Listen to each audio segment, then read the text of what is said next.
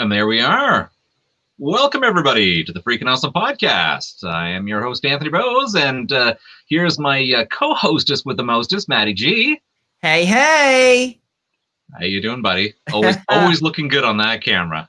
Thanks, man. It's great lighting, and I was blessed with my father's English skin, I guess. Yeah. I unfortunately got the Irish side of my family, so like an albino in a snowstorm. Yeah, right. And my only thing is, of course, if I do try to tan it, I just crisp up and look like a lobster. So there's no happy in between. Man, I got a wicked moment lobster. that burn fades, it goes white to white. Hey, I had a really bad lobster this summer, actually, and then it's funny, I'm still tanned from it though, like because it turned into a tan. So yeah, you really hold on to that glow for a long period. So it's always maybe I'm pregnant. Always very strange. Yeah, you're always glowing. Well, as everybody can see up in our other corner, and I'm always interested. There we go. Yep, we're pointing this way. We have Suze Lanier-Bramlett. How are you doing today, Suze? Oh, I'm cool. I'm great. As good as it can be in a pandemic. Yes, for sure. But I think the best thing is you at this point in life, still we're not at the point where you have to relive The Hills Have Eyes. People haven't gotten too crazy or backwater yet. I don't know. The Hills Have Eyes keeps coming back to visit me every single day. I was watching Schitt's Creek last night, and Catherine O'Hara is doing what is it? The Crows Have Eyes. You know, it's a takeoff on The Hills Have Eyes. So it's even on Schitt's Creek, which is my favorite show. That's a great show. One of my favorite actresses, and so she's sort of there. I just love that Schitt's Creek's doing a spoof on The Hills Have Eyes.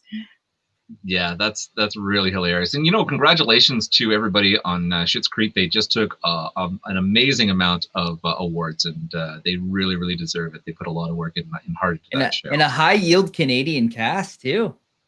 A lot of Canadians. Yeah, exactly.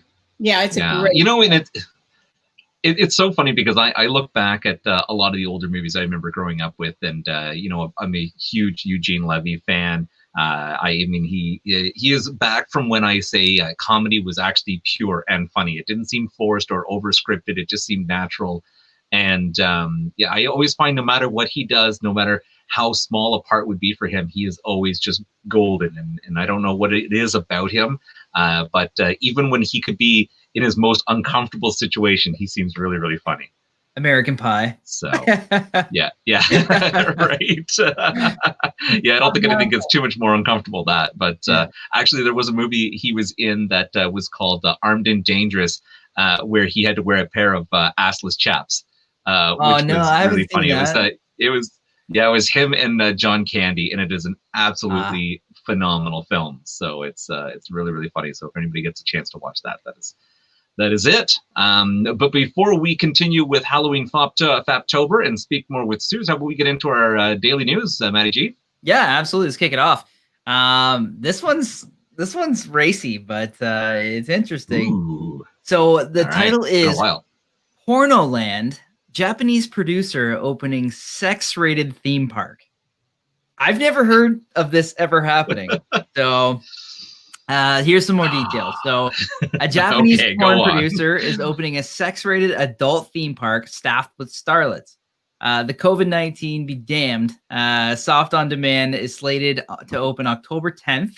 So that's 2 days from now, as a multi-floor extravaganza of bars, entertainment in the Kabukicho red light district. And I did say that correctly because I researched it.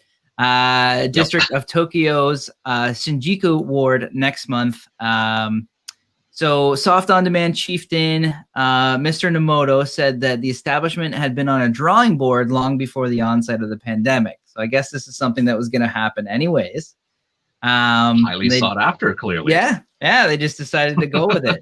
So Sodland features 4 floors and a basement, and each features a different theme. So in the basement, they have newly minted porn starlets and staff in the place. Industry vets will serve drinks on the 3rd floor, and it's described as the dream space. On the 2nd floor, men and women from the commercial sex industry are featured. The 4th floor is a silent bar where porn stars in clad bikinis get gawked at through a one-way mirror. Man, people are weird. But nobody can speak, and but nobody can speak. And then the first floor is a gift shop. Okay, so the exact address. Yeah, I'll send it to you. Yeah, we need to. That's very interesting. That's got to be a little more research has to be done into that one. I feel like that's almost like one of those things that if it ever came up as a dare that we'd have to go and take some photos, because this is right up there with Meals on Heels. Right. I also thought was amazing since the pandemic started. Wow. Well, it was funny because the rest of the article and they were really like they're really adamant to keep mentioning that customers will be wearing masks. They have their temperature taken and have to practice social distancing. And I was like, maybe on the third floor they could offer some really interesting ways to take your temperature.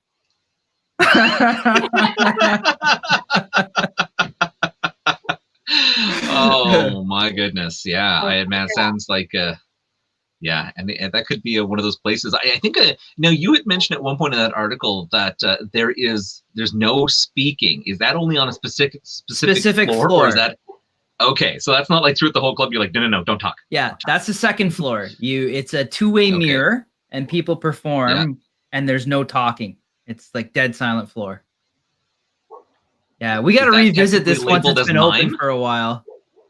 Yeah, really? Yeah, I don't know if that may be for the mime lovers out there. So yeah, because nothing screams erotica like a silent film.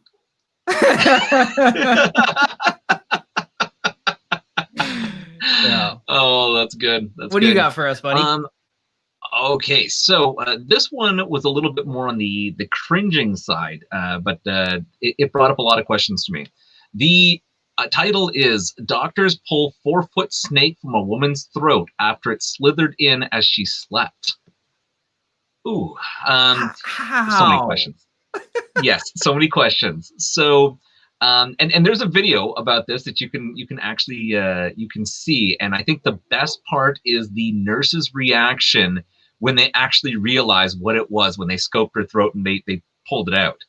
So what happened was that there was a young lady who was sleeping in her garden in the Dagestan in southern Russia.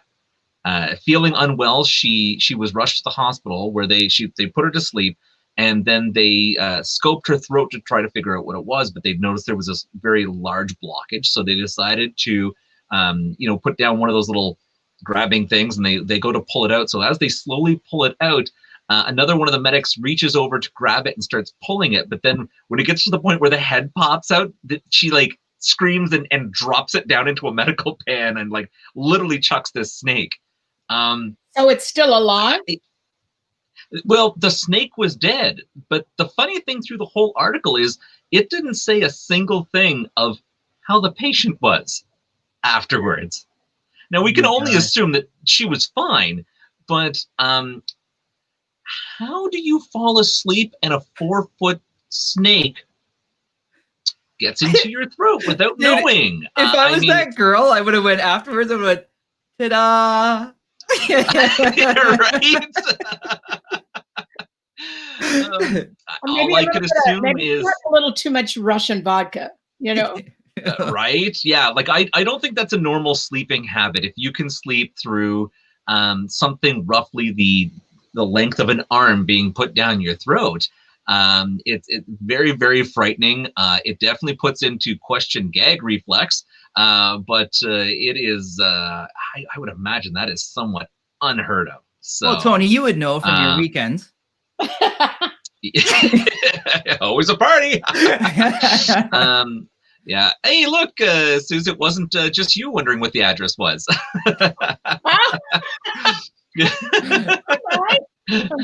So yeah, great, Mike. We'll yeah, the great minds think alike. We'll definitely have to post that up as a follow-up episode. All right, Maddie, what else you got? We were just doing one, so that's the only one I had. Okay, just wanted to make sure sometimes you have a spare that you want to no to spare no today. I wanted to make sure. Yeah, I was going to be a little tardy. I wanted to make sure we were doing everything else on time. So. Well, that's good because that gives us a lot more time to ask Suze questions about her amazing career. And we were doing a little chatting pre-show that I unfortunately I don't think you have ever been able to enjoy the joy of the show because you're a millennial. But had you ever seen the show with Three's Company? Me? It was yeah. Yeah, actually, like not the whole series, but I caught episodes here and there for sure. Yeah. You knew some of it. Okay, excellent. So of course a very, very funny comedy back in, I would imagine that was probably the early 80s, was it not, with John Ritter? 1977. Oh, okay. Perfect. So it was a little bit later then. It might have been 1976. Yeah. I think it's 1976. Okay. Yeah. 76. Okay. Yeah. I just I remember that they had I think Don Knotts was originally the landlord in it, and super loved him because of course I loved him from Andy Mayberry, and he was the first. I'm trying to think what it was because the first landlord was not Don Knotts. It was no. No, because it was the man and his wife. Audra Lindley played whatever Cooper. Yeah, and then Norman, I can't remember his last name, but anyway, he played her husband. So Don Knotts came in later. I think even excellent. And Suzanne left. Maybe, yeah, he was quite a fantastic character. But of course, Suze was originally cast as Chrissy Snow. And we were kind of talking about how this is one of the Hollywood stories that doesn't work out in the end, but it was actually quite exciting because I truly feel like you would have possibly been the better person for the job. Thanks. But maybe you'd like to tell us a little about how that audition went. Yeah, I had just finished shooting retakes of The Hills Have Eyes in Victorville out in the desert. And I had not been home in about 2 weeks. And I was in the supermarket. And back then they didn't have cell phones. So I was grocery shopping. And the manager of like Ralph's, it was called the Market Basket in Studio City. And the manager goes, Suze Lanier, please come to the office. It was my agent. And he said, get over to ABC. They've let go of this girl for a new series called Three's Company. It's the second time they have filmed this show, and they want you to audition for the role of Chrissy. And I said, well, I can't go right now. I mean, I have sand in my hair. I don't have any makeup on. I look awful. They'll give you a shower, put on your makeup, do your hair, and give you cue cards to look at for the audition. So that's what happened. I raced over to ABC on Prospect, and they gave me a shower, did my makeup, and did my hair, and I'm watching the cue cards because we had John Ritter and Joyce DeWitt. We shot that night the screen test. Again, they did not have the internet to send it to New York to Freddie Silverman. So they private jetted it to New York because they were in the middle of rehearsal. I'd lost 4 or 5 days of rehearsal already. So they jetted the trip to New York, and then Freddie said yes. And so then my agent negotiated a lot of money for that quick little study. And so I kind of had them over a barrel because they were stuck for that role. And so I didn't. I mean, my agent did. And so anyway, we shot the pilot, and I learned all those lines in just about 2 days. I think I had about 2 to 3 days rehearsal, and then we shot in front of a live audience. So it was a really tough job. Yeah, that's a crunch. Yeah, that's right. And I think that's right. You never know why something doesn't work out. I thought Suzanne was perfect for the role. I enjoyed doing the role, and it's one of those Hollywood stories where you kind of wish it had happened, but then, I got other things. And I had been doing a lot of really good theater, which I'd started off in.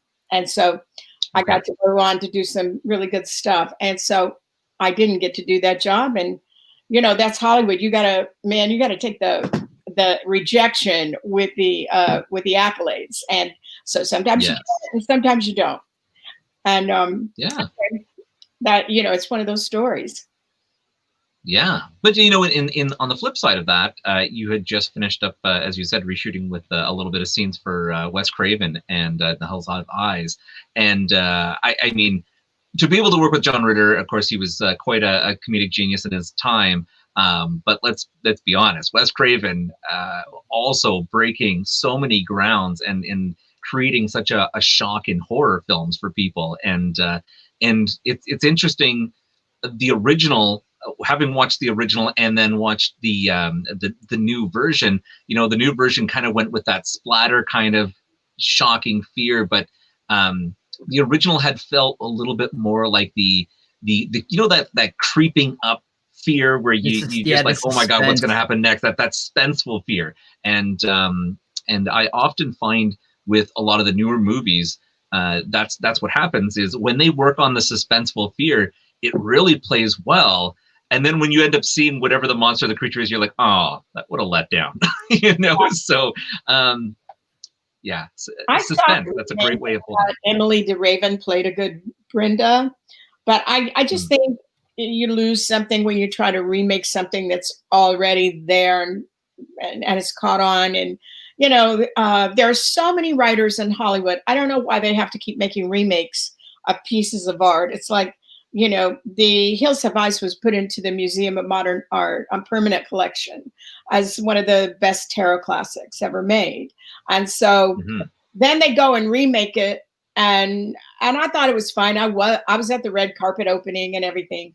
And the paparazzi took pictures of Emily and I together, but Emily and me together. But, you know, it's like there's so many wonderful writers, and why they don't take a risk on new stuff, because there's so many great ideas of new projects. They don't, it's like, oh, that's a Picasso. I think I'll repaint that and make it, you know, copy it. You know, you don't do that with fine art. And I consider film sort of the same way. I agree. Yeah, I agree. And yeah, to be honest, there's I can't name very many horror classic remakes that I like more than the original. I can't even think of one, actually. I can't either. Yeah. So. Yeah. So. But they're doing, in Hollywood, they're going to, in Hollywood, they're going to show The Hills Have Eyes October 23rd at a drive-in at the Anza Hotel on Sunset. And I may or may not go, I don't know. But so, you know, that because all the theaters are closed, you know, drive-ins are popping up, and you have to drive up the parking garage of this tall building, this tall hotel, and then they're going to project The Hills Have Eyes on a big white wall, and everybody will be in their car listening to it on the radio. So that's really cool. That's really cool. I thought it. Man, I miss drive-ins. I would go. I think, all the ones around here, like we lost our last one 2 years ago now, I think. And that was the last one around this area. No, I think it was last year. Oh, was it last? Yeah. I think it was last year. They finally closed it down. Did they? And there's like none. Did they tear it down? Or is it still up? The one here they turned into apparently it's an auto wreckers now, which is sucks. Yeah. So I think they would have torn it all down. Which is right now is to start some drive-ins. Be a great I can only imagine, because that family ran that drive-in for almost 20 years, and they were, I think it was just becoming to a point where they felt like, oh no, it's a bit of a loss to try to do this now. And had they just been able to hold on for the other year and regotten the pandemic, like they would have been turning hand over fist money. So it's unfortunate. Yeah. I don't know. Like I would love to have a bunch of extra money to turn around and just create an old style, either a theater or a drive-in, just for the fun of it. There's something about the nostalgia of an old drive-in that I just love. So, well, I'll tell you, from I won't name names, but I know people who have worked in the drive-in industry, and if they don't sell concession, there is no profit. It is there is almost zero profit in actually showing the films. It's all concession sales, and if you know what I mean, and it's also really hard to police because people will bring their own snacks. It's the drive-in, you know. They've been doing that for years. I guess that's true. So it's a really hard business to stay profitable. So I get it, but man, were they fun to go to? Well, you know, some of the other theaters like AMC and stuff, they make most of their money on concessions too. And so, and you'll see people sneaking their food in those venues as well. So it's a little harder because they're, you know, maybe because it has a sign not to do that, but people are those Mike Nikes in your pocket, or are you just happy to see me? Yeah, exactly. So you know, it's very unfortunate because you know, it's one of those moments that yes, it does hurt the industry, and when they shut down and everybody says, oh, why did it happen? Then maybe you look at yourself for smuggling in extra candy. I don't know. I always enjoyed, I think that's part of the experience for me is when you go to a drive-in or you go to a movie theater is picking up the concession stand stuff. I don't know. Well, we have a theater here called the Sinopolis that I go with my friends, and you know they have everybody has a waiter, so the waiter comes over and takes your order, and they'll bring martinis and you know steak, and I mean you actually have dinner and or sliders, these great sliders. So they have a kitchen, and then and then a bar in front. So it's you know before the pandemic. It was very, very popular because it's kind of a hangout. You know, you can go to the movie or just hang out in the bar, which, you know, I like to do both. But, you know, it's true. It's true. Yeah. But, you know, the Regal Theaters just closed a couple of days ago. I guess they're saying they might be reopening if this passes or when this passes. But a lot of the theaters have had to shut down. This has been awful, as well as filming. You know, filming is very slow right now. Yeah. Yes, definitely. Now, when you did the Hills Have Eyes, and I'm assuming that, of course, you were presented with a script for this. Did you end up reading through this and did you have any concerns with it at first, or because it was kind of like a bit of a touchy subject in the way that, you know, here you've got a bunch of murderous kind of hillbillies that may or may not have come from the, incestuous side of life or something. And it was such a kind of a creepy telling things there's, you know, you've got your killings and rapes and everything that's been known to happen for this film. And as a female star coming into this and you're reading this script, there was obviously something super captivating for you on that. And I was curious, what were your thoughts on it? Personally, I've always loved horror movies. So, you know, Vincent Price and The Pit and the Pendulum and all the old classics. When I was a kid, I'd love to go to them. But I had, when I was presented the opportunity to do it and the script, I had already established a fairly lovely career on sitcoms. I'd done Alice and Phyllis and played Bambi as John Travolta's girlfriend on Welcome Back, Kotter. And I had I'd done Barnaby Jones and Switch and Movies of the Week. So I really wanted to do a movie, which I had done when I was a kid in New York. I had met, you know, I'd hung around Andy Warhol a little bit and done some real underground stuff in New York when I was barely 18, maybe I was 18, I can't remember. But anyway, I moved to Hollywood and I did all the sitcom stuff. I just wanted to do a film. And I met with Wes Craven and Peter Locke, the producer, and I loved Wes. He was so sweet and he was so humble and offered me the part on the spot. It wasn't called The Hills Have Eyes. It was called Blood Relations. And okay. It was even bloodier. Also, also aptly fit. Yeah, Blood Relations. And I think I was the one who said, "Are you going to keep this title?" It really kind of cheapens it to a certain degree, you know, because it was not in vogue to do horror movies when I agreed to do The Hills Have Eyes, and my agent had a fit. My agent did not want me to do it, and Oh wow. and he said, "No, you'll ruin your career." And maybe it did. I don't know. Johnny Depp. Yeah. Who is that guy? Yeah. But anyway, I just had I just loved Wes, and I thought, well, it says starring Suze Lanier, which was the name I worked with under then, and so I thought, yeah, I'm going to do it. And the more we got into it, the more I enjoyed the process and working with Wes. He was so cool to work with. Yeah, what a fantastic person, and we had Jan Birch on the other day, who, of course, who also worked with them, and it's true that you just don't find writers / directors like Wes anymore. Jan and I very unfortunate. So Jan and I have the same manager, Eileen O'Farrell. She's okay, I didn't know that. That's fantastic. Yeah. So I run it's so weird the 6 degrees of separation. Yeah. You know what I mean? With yes. He's so yes. sweet. I really like him. Yeah. He was super fun. We really, really enjoyed having him. Stairmaster. That's right. So we were joking about how the fact is when you try to look up the Stairmaster for images, because we like to put up a little image in the upper corner there, and all I got, of course, was sports equipment at first. So I don't want any part of that.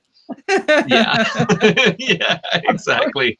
I actually had thought maybe it'd be funny to put it up there just to see if there was the little comical reference if people got it, but it was safer just to go with his photograph from then. So Maddie G, do you want to get into our second part of our show with our slightly average what is it? Darn, you keep changing. I used to want to call it rapid fire questions. I haven't changed it. You average. Change it. It's slightly slower than average rapid fire questions. Okay. Yes. Are you ready to kick it off? All right. So I'm going to ask you a series of questions. If you don't want to answer, just say pass. If you can't think of anything, just say pass. And if your answers go a little longer, well, they are slightly slower than average. So you want fast answers? Hey, you can get fast, slow. It doesn't matter.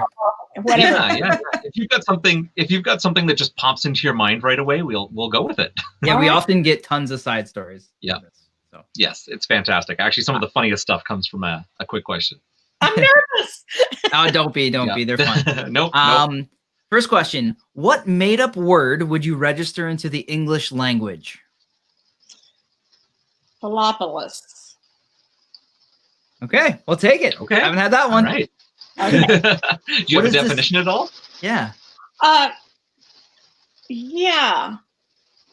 A mammal who flops around a lot. Every person. Okay, that just reminds me of a story. So we decided family movie night last night, so we watched Hubie Halloween, the new Adam Sandler one on Netflix. Uh-huh. Oh, and, yeah. That looks really good. Yeah. And his mom keeps wearing hilarious T-shirts throughout the movie, and one of them, the T-shirt said "boner donor," and he's like, "What's a boner donor?" And she's like, "Oh, I think a boner is like when you make a mistake, and I don't make a lot of them, so I think it's ironic." Right. And so the whole rest of the movie, they kept calling boners mistakes. And anyways, that just reminded me of that. Made up words. Okay. Question 2. What is the scariest dream that you can remember? Oh, when I was about 5, I dreamed about this horrible, evil clown following me and chasing me. And it was a recurring dream that happened throughout my life. I haven't dreamed about the clown in a while. Maybe there's a real one around, but anyway, I like it. Scary clown that followed me, and I'd wake up crying and so frightened. That's a good one. I hate clowns. I hate too. them. I don't like them much either. Yeah, horrible creatures. Yeah. What if you could pick a superpower? What would it be? To read people's minds. I like it. Yeah. Yeah, that's cool. Yeah. Both a blessing and a curse, I would say, though. Well, I want to know what people are thinking, Yeah. LA, it's Hollywood, there's a lot of, mixed messages. I'd be like, yeah, honey, was I great? Was I great in bed tonight? No. It is a curse. I would like to also fly. I would love to be able to fly. Cool. That's a good one. Yes, flight's always a good one. Yeah. What's your earliest childhood memory? I'm trying to think. My grandmother, I was on my grandmother's lap and she was reading a book to me. I think I was about 3, 2. She was smoking a Camel cigarette and it was hanging out of her mouth. She was reading a book like this and holding me with this hand. And the rocking chair fell over and I got burned. Ah. Oh. I was about to say there's. Yeah, my grandmother liked smoking cigarettes and, and hanging up. She wouldn't touch them. She would smoke up the side. And cigarettes weren't either. That's wild. Wow. What activity makes you the happiest? Writing music. I'm a songwriter. Very nice. Very nice. And I've had nice coverage of my material. And so I love the thing. Like if I'm feeling really stressed, I just go to the piano. And even if I just put my hands on the keys, I can instantly feel the tension leave my body. And I love to write music. Oh, that's amazing. What is your preferred genre? If I had to pick gangster rap. No. If I had to pick one genre of everything that I do, it would be music. Cool. But I'm writing a book right now, and it's a lot of fun, and it's real dark. So yeah. Excellent. Fiction or nonfiction? Yeah, so I'm a kind of a novice newbie for writing, but with the pandemic, I've been working on this book before the pandemic, and it's given me time to really focus on trying to get it finished. So my goal is to have it finished by December. But I love writing, but music, if I had to pick one thing that I do, and you never know what's going to happen with a new book. I mean, if I'm any good or not, but we'll see. Yeah. It's pretty dark. It's very juicy. I'll put it that way. Cool. Well, now that you've said it, we're going to send you this episode in December, and you'll be like, shit, I committed to December, didn't I? So. Oh, that's cool. Totally have a deadline, right? Yeah. That's awesome. That's excellent. What foreign language would you most like to learn? Well, okay, so this is the truth. I downloaded Duolingo during Okay, yeah. It's awesome. And I'm on I think the emerald level of French. And my dad was a linguist. My dad spoke fluent Russian, German, Italian, English, and anyway, there were 5: German, Italian, Russian, Italian, and English. And so he spoke French a lot. So I would really love to be fluent in French. Not that I have any plans to go there. I don't. But you never know. The language. I love that language. To me, that's the prettiest language. Very cool. Well, up here in Canada, they love when you're bilingual. So if you know French, you definitely have no problem getting jobs up here. You know what? I can read it really well. I'm really good at reading it. I think because I don't have a French person around to really exchange conversation, but I'm not quite ready for that. But I'm going to hire somebody or find somebody, when I get where I feel really confident about having a real conversation. But I've been watching Emily in Paris, and I can kind of pick up on Netflix, and I can kind of pick up, some of the dialogue. Now I've gotten pretty, I do it every day, just about for about 5-10 minutes. Yeah, that's awesome. Right now. That's excellent. It is. I've actually used it myself to brush up a little bit on French, and I'm not. We are not sponsored by Duolingo. Yeah, but it would be wonderful Duolingo. Yeah, maybe there's it's time. Duolingo. Yep. Duolingo. Yep. Right. And endorsed by Suze Lanier-Bramlett. What if you could relive a decade, which would you choose? For sure, the 70s. Very cool. Yeah. Very the cool. 60s. The 60s, I was young and I hadn't learned life's lessons yet, But the 70s, Ain't nothing like it, baby. Way better drugs. It was Party time. I've Yeah. never heard about it, actually. That's sweet. Yeah. What's the first movie that ever made you cry?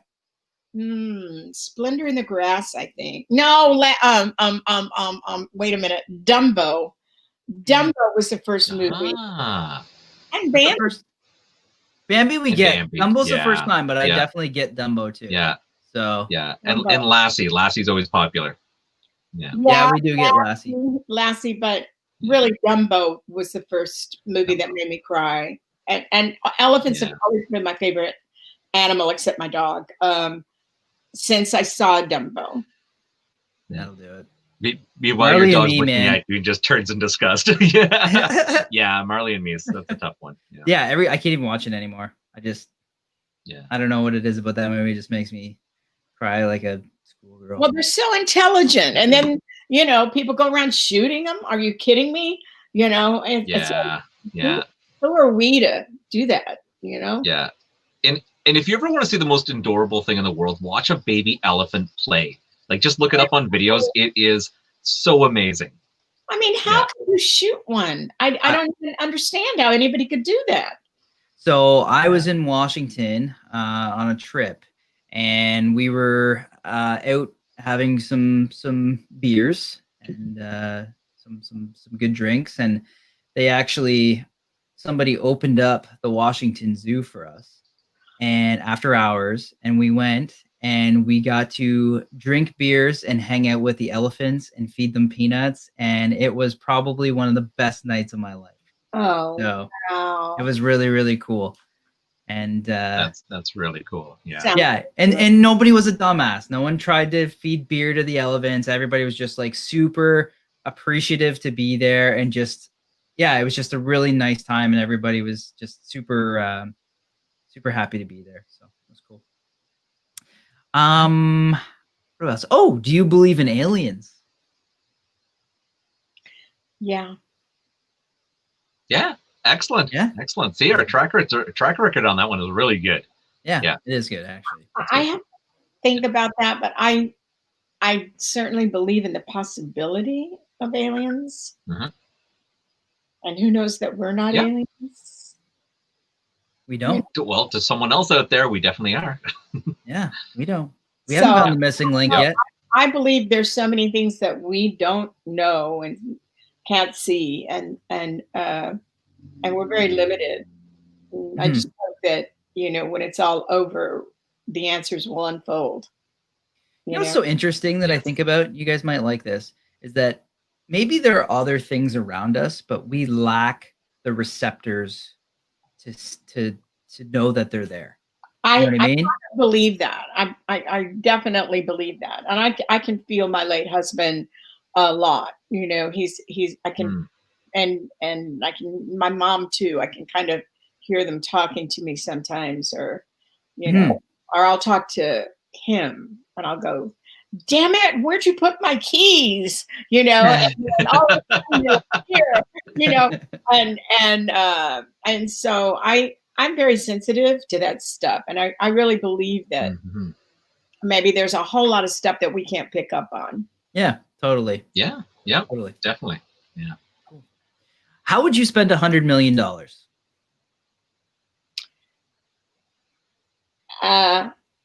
I think I would just try to make everybody, just distribute it as much as I could to make people's lives happier, and not to where they would be filthy rich, because I have, in my experience, people that are filthy rich, I'm not talking about comfortable, I'm talking about filthy rich, are some of the unhappy people I have ever met in my life.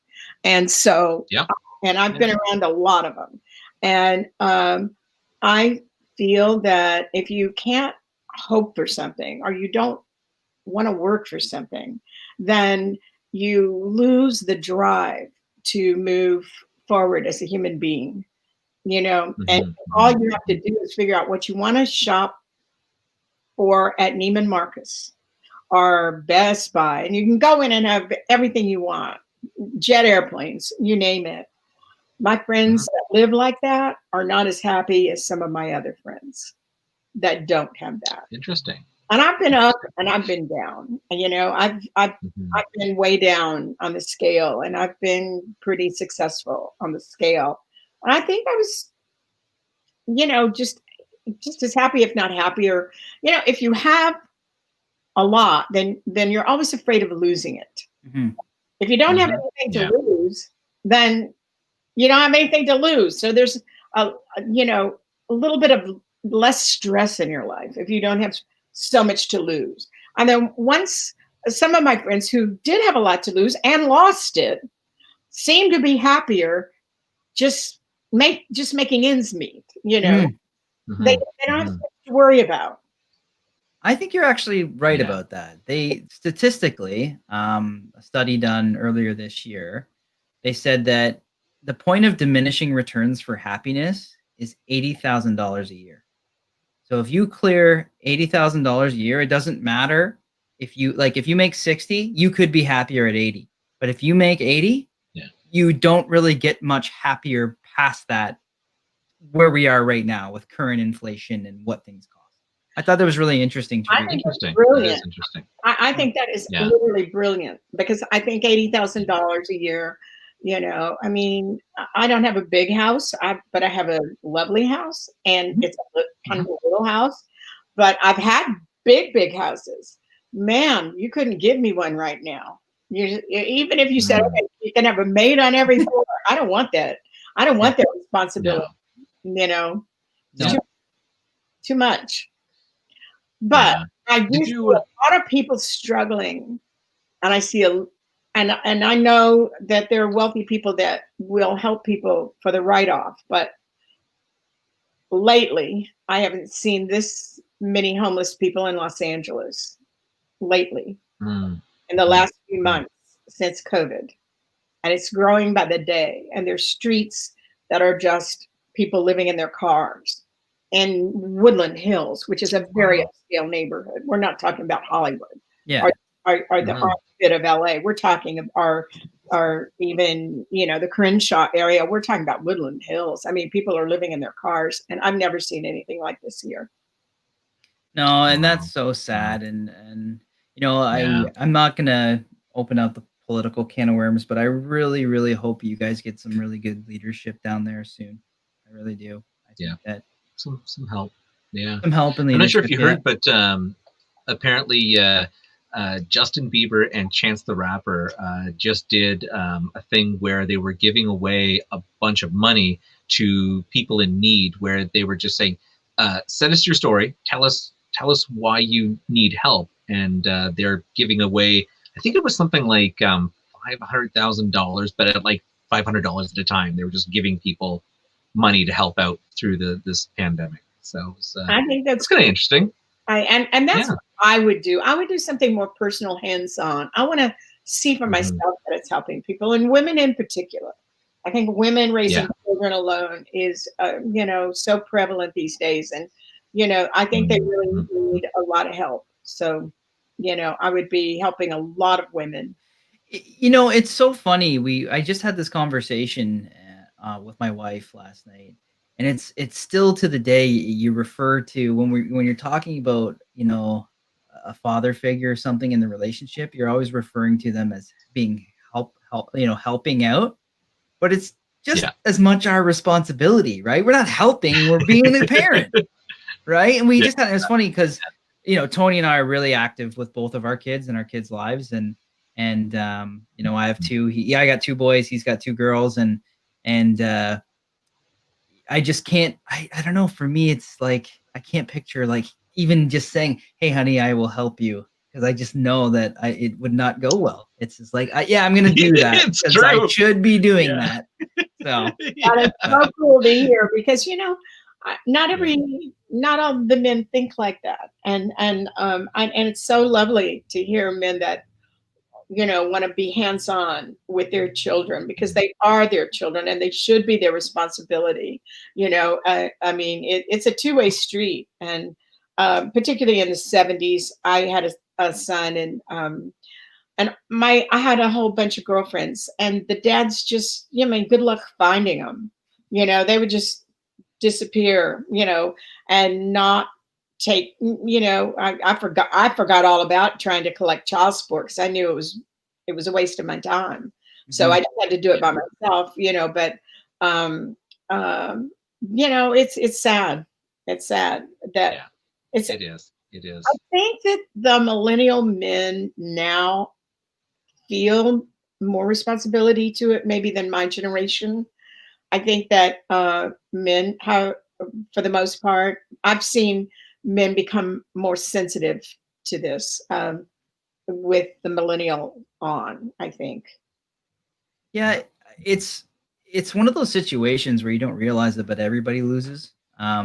Because being a father and being involved is extremely, I think, good for your mental health, for your just watching something grow and helping shape something is good for anybody, really. And then so when the fathers disappear, it's like the kids lose, the father loses. He's not as good as he could ever be, you know, when you bail in that situation. So that's my mentality around it. But I mean, I'm sure there's. I couldn't agree with you more, and I like the fact that the role playing of men and women is becoming more merged than it was when I was your age. You know, when I was your age, there was the woman's role and the man, and I think they're emerging in a very lovely way.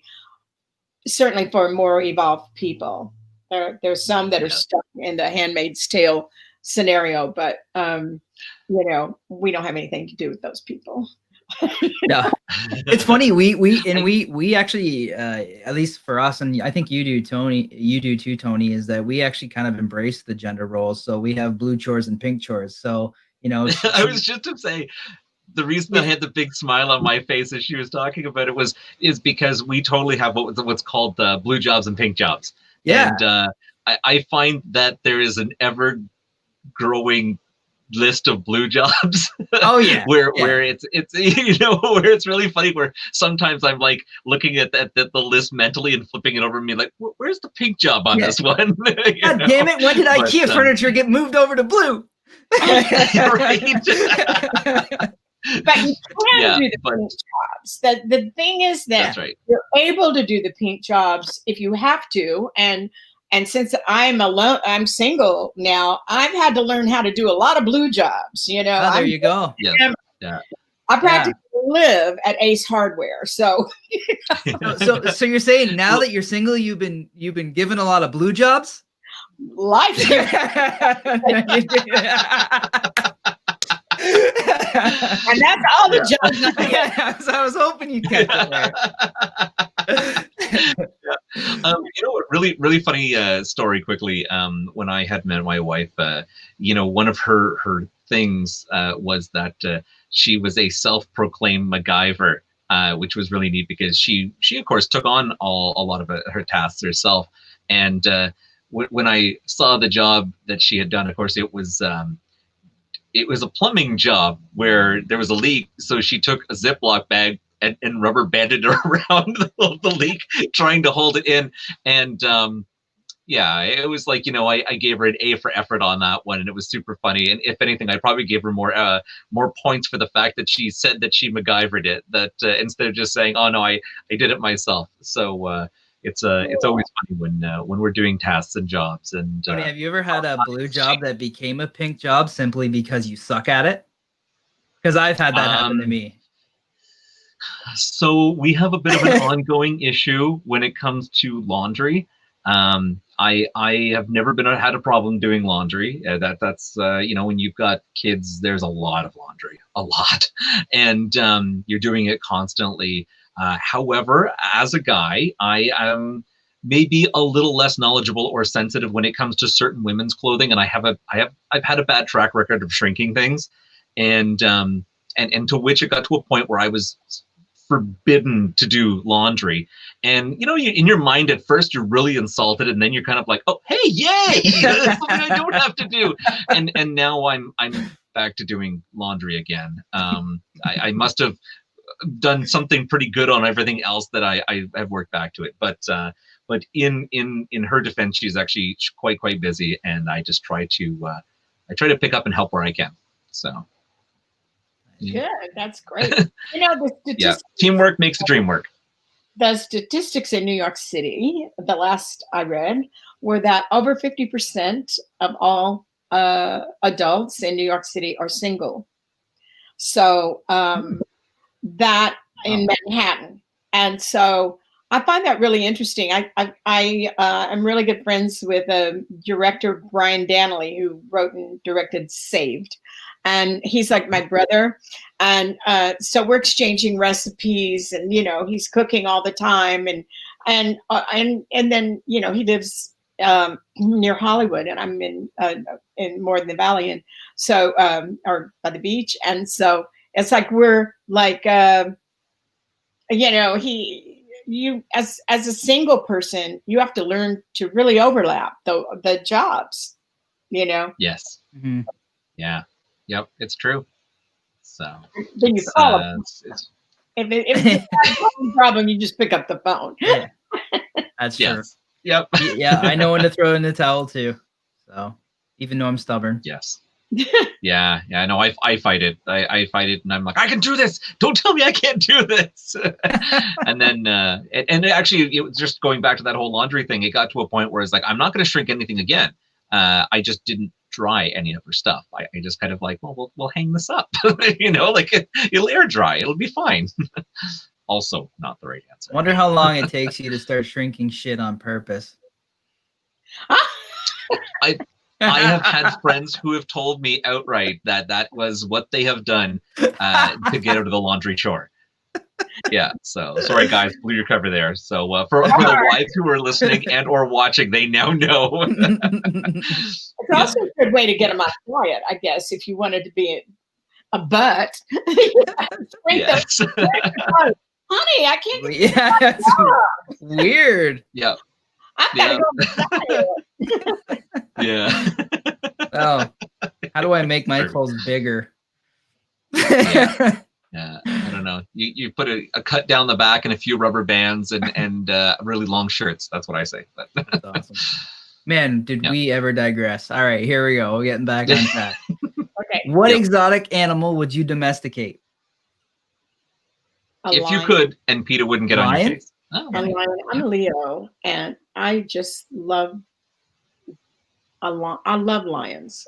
But I you know, I've worked with the tiger on Elected Woman and Dinah Girl, and they you know, they're unpredictable. So I had kind of a funky thing on the set. The tiger trainer on the set of that show, I played Miss Dazzle, and he didn't ask if anybody was on their period. You know, it was a lot of girls in the show, and I was, and I had the scene with the tiger, and it got really close. Yep. wow. Yeah. And so we had to take a couple of days off until that passed. You know, but I love lions. Very cool. Very cool. Good answer. Very nice. Yep. What's your biggest pet peeve? What gets on your nerves? People being late. Yeah. Maddie. I'm very tolerant. Oh, I failed. I failed too. You walked right into that one.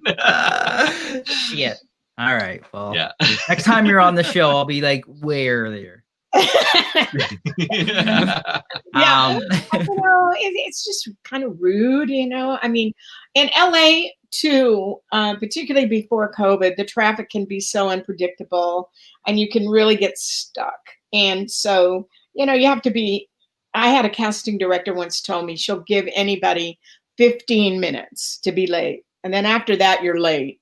But she always didn't consider you late up to 15 minutes late. Traffic buffer? I'm sorry? Was it like the traffic buffer? Yeah, it was the traffic buffer. We're going to give you 15 minutes for bad traffic. So it was always a good idea. I mean, now all the auditions you can do from home because, you know, we're self-taping them on Zoom and different venues. But, you know, I couldn't be happier about that particular change with COVID, is that we're doing so many more things from home that require driving across Los Angeles, I'd have to leave 2 hours early from where I live to get to an audition on time. Oh, wow. Yeah. That's wild. Okay, what activity makes you totally lose track of time? I think playing the piano or work. I have a band and working with in band rehearsal, just making it all work and jive. It comes back to music a lot for me. We're not playing now, of course, which is very sad. All the clubs have closed, and even when I'm not playing, there was a wonderful venue near my house, and if I'm sitting here and feeling blue or bored, I would just get in the car and go 8 minutes to the bar and have a drink and listen to some of the best players in the world that would sit in there. Being in Los Angeles, there's so many wonderful musicians who live here. So I miss that with the pandemic, just going in here and live music. Very cool. I was supposed to actually go to Nashville this summer that just passed. I feel like I sucks. COVID sucks, because I think I would have had a blast there and in the music scene. I'm very musical as well. So yeah. Cool. What's the best thing that you've ever eaten? Ugh. Okay, so first thing that comes to my mind is the fried okra at a restaurant in Los Angeles called Nobu. And it's just amazing. Okay. It's just amazing. And regretfully, I would buy other, not knowing how good it was, I ordered a full menu of stuff. And if I'd known how good it was, I would have just ordered that. Like, it was an appetizer. Oh, yeah. So I ordered like 5 okras. That good. Cool. Yeah. All right. And the most important question here. What is your favorite podcast that you've been on in the last 12 hours? This one. We'll take it. Excellent. I love when there's no hesitation. Awesome. Excellent. Well, Suze, you had mentioned that, of course, you're working on a book. Do you have a title for the book yet? I'm not doing. I do have the title, but I can't give it away. It's still under wraps. Okay. Titles are the one thing that you can't copyright. Can't copyright a title, and That's right. I really love my title of my book. It's about a murder that took place in New York City. And so it covers Warhol and the Black Panthers and, the drug scene in New York and the theater. And so it's pretty edgy. And I have a wonderful title for it, I think. It's been in my head for years. And so that I don't want anybody ripping off my title. That's cool. That's fair. Cool. That's fair. Yeah, no, you will definitely have to circle back around in December when the book comes out, and we will in that back room and start typing. Yes, Matt's going to hold you to task. So. I love that, actually. Yeah. Do you have any social medias, projects you're working on, charities that you're passionate about that you'd like to plug before we go? Well, my only thing right now is a little bit political, so maybe we shouldn't get into that. But I'm definitely into passing the ERA, and so there's a new, I really like to support women. Yep. There and there's a the Geneva House here. Is for battered women, and so some of my band shows, I'll make all the proceeds. They have to bring Christmas presents for the kids that live there and the moms that live there that have been battered. So Halle Berry supports that organization as well. So wonderful. Yeah. So I really am into women's rights, and I worked with Gloria Steinem when I was younger. So so I'm very much into that. Wonderful. Excellent. I definitely would be someone after my wife's heart, and we're always taking things and donating things to women's shelters here. We're really, really big supporters of them. And I remember the first time that I went up there, and my wife had to stop me and said, no, you can't go up to the door. You can't bring things. Like, you know how much of a problem that is. And I'm like, I never had thought of it. And I'm like, oh yeah, I guess I can't. So no, it's good. So my wife and my girls like to go and take things all the time. So it's really great because I think that a lot of women, it takes a while for them to learn to stand up for their own rights, and they Mhm. just get, Mhm. and I think that COVID has really been a problem with some people being stuck in the same house, and there's Yeah. a Yeah. lot of abuse, physical abuse going on, and Mhm. women have to learn that you don't have to take it. You can Mhm. get out, but it's training Yep. process, and the kids suffer so badly. So, I'm Yeah. really into that kind of education, giving women the confidence they need Yes. to know they can survive on their own. 100%. Yeah, that's great. Yeah. Well, it has been wonderful having you on the show, Suze. We would love to, of course, circle around and have you back again at some point. For all our American listeners out there, please vote. Is all we can say. We don't I get into already the have. I've political already too much, voted. but there you go. Get out there. This is your chance. If you don't vote, you can't complain. And as much as we are Canadian and we welcome everybody, we will run out of space too. So enjoy the place you're in, vote. And Suze, thank you so much for being on the show. We will be in touch. We would love to have you back again. I'd love to be back, and please follow me on Instagram and Twitter and Facebook. Wonderful. Is it just your name, Suze Lanier-Bramlett, or Yeah, most of them are under Suze Lanier, but I'm also okay, in cameos these days, and so wonderful. if anybody's interested, I'd love to do, particularly at Halloween.